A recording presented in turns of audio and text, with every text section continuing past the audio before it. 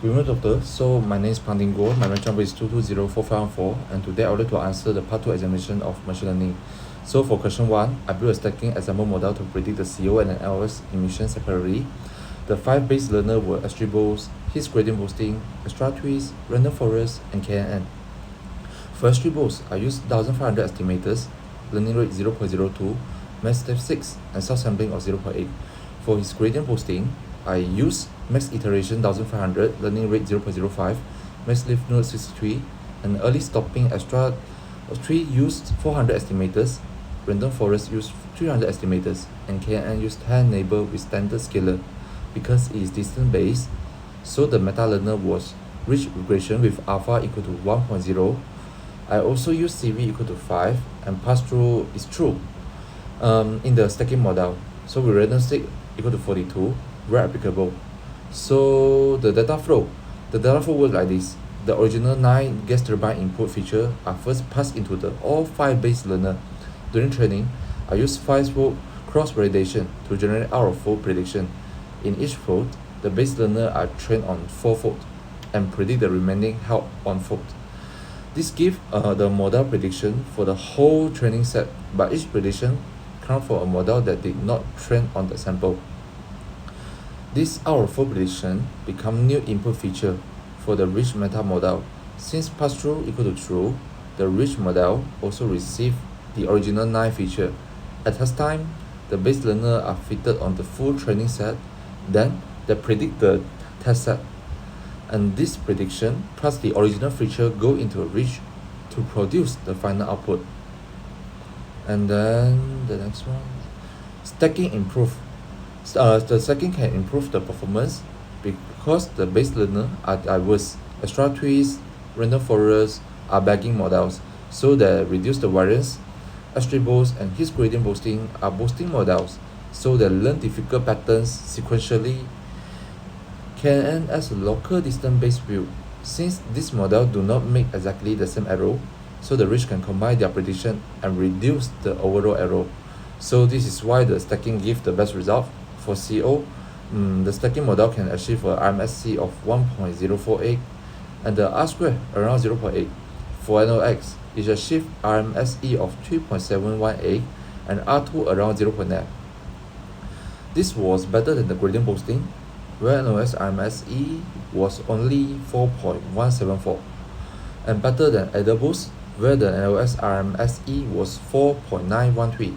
The rich coefficient check also showed the extra twist received the largest weight, around 0.73 for CO, but KNN and the boosting models were still used, so the stack was not simply copying one model, it was combining several learners. However, I also found signs of overfitting. I identified this by comparing the trend and test score. For both CO and NOx, the training R-squared was around 0.995, but the test R2 dropped to 0.798 for CO and 0.896 for NOx. So which means that the RMSE gap was also clear. For CO, trend RMSE was 0.163, but test RMSE was 1.048. For NOx, the trend RMSE was 0.791, but test RMSE was 3.718. This shows that some tree-based learner, especially random forest and extra trees, fitted the training data very closely. So to mitigate this issue, I used 5-fold out-of-fold prediction, so the rich meta model was not trained on direct in-sample prediction. I also used rich regularization to control the meta model coefficient. I checked the different rich alpha values from 0.1 to 100, and the RMSE changed by only about 0.001, which is very rare and shows the stacking result was stable.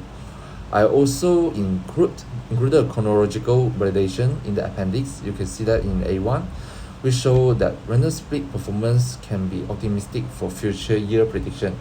So stacking was still the best model in my comparison, but I recognize its oversplitting and generalization limitation. That's all for my question 1. Let me move on to question 2. Okay, so for the question 2, it's an AI with an without PCA. For question 2, I built an AI models to predict the superconducting critical temperature with TC as the notation, the dataset has 21203 sample and 81 input features. For PCA, I selected 17 principal components. I made this decision using a cumulative explained variance. Before PCA, I standardized the feature because the PCA is variance based. PCA was fitted on the training set only, then applied to the test set to avoid data leakage. So the result shows that the 12 component train 90% variance, and the 17 component retain 95.52%, and 31 component retain 99%. So I chose 17 component because it gives a good balance between the retaining information and reducing the dimensionality. It reduced the input size for 81 features to 17 component, which is about a 79% reduction. Then I compare the NNN with PCA against the ANN without PCA. The no PCA model performs slightly better. The PCA model achieved IMSE of 9.64, and then the MAE 5.68, R squared is 0.919. The no PCA model achieved an IMSE of 0.24, MAE 5.4, and the R squared is 0.926. Yeah, so the PCA did not improve the accuracy in this case. The reason is that the PCA is unsupervised. It keeps the direction with high input variance, but not necessarily the direction most related to the TC. So for my EDA, the superconductivity dataset has many redundant features with 159 feature pairs having correlation above say 0.8.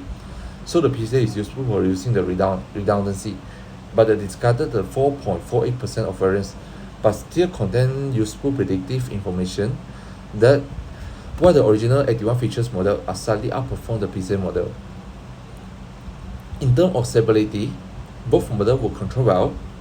Both use a 5 network averaging, so the final prediction was averaged across 5 independently initialized MLP models. This reduces the run-to-run variation. The mean approach were also similar, 144 for PCA and 148 for no PCA.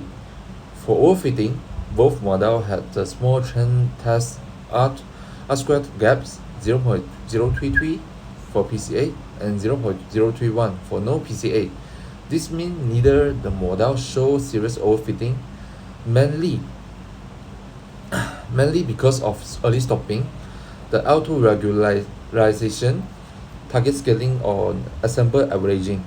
For training time, in my final run, the PCA model took about 108.9 seconds, while no PCA model took about 64.2 seconds. Although the PCA reduced the input dimension, it did not give a clear warlock time advantage here, so the total time was more affected by the number of epoch and 5 network averaging. For the NN architecture, I used the hidden layer with 300, 200, and 100 neurons. So the ReLU activation was used in the hidden layer because the relationship between the material descriptors and the TC is non-linear. The output layer used one linear neuron. Because this is the regression problem, I used the Eden optimizer with alpha equal to 0.001 for L2 regularization and best size 256, early stopping with a 10% validation speed split, and target standardization using the transform target regressor. So I chose this architecture based on tuning some smaller networks underfit with under IMSE around 10.8. So the 300, 200, 100 networks reach IMSE around 0.092. 9.92 as a single network, making the network larger and did not give a clear improvement. Finally, averaging the 5 network reduced the IMSE to about 9.24. Therefore, 300, 200, and 100 was a good balance between the model capacity and complexity. If I retain the model with a different number of PCA components, I would adjust the NN size based on the input dimension. With fewer components such as 12 components for 90% variance, I will reduce the network size, maybe using fewer neurons or fewer hidden layers to avoid parameterizing the model. With more components, such as 31 components for 99% of variance, I will keep the current architecture or use slightly stronger regularization because more input can increase the overfitting risk. I will keep the RELU, linear output, ADEM, early stopping, and 5 network averaging the same for fair comparison. Okay, let me move on to the question 3. For the question 3, I will use the gas turbine dataset from question 1 also. One feature that had a significant influence was TIT, which is the turbine inlet temperature. I identified this in 3 ways. First, in the feature target correlation chart, TIT had the strongest correlation with CO, with R equal to negative 0.71. This means that as TIT increases, CO generally decreases.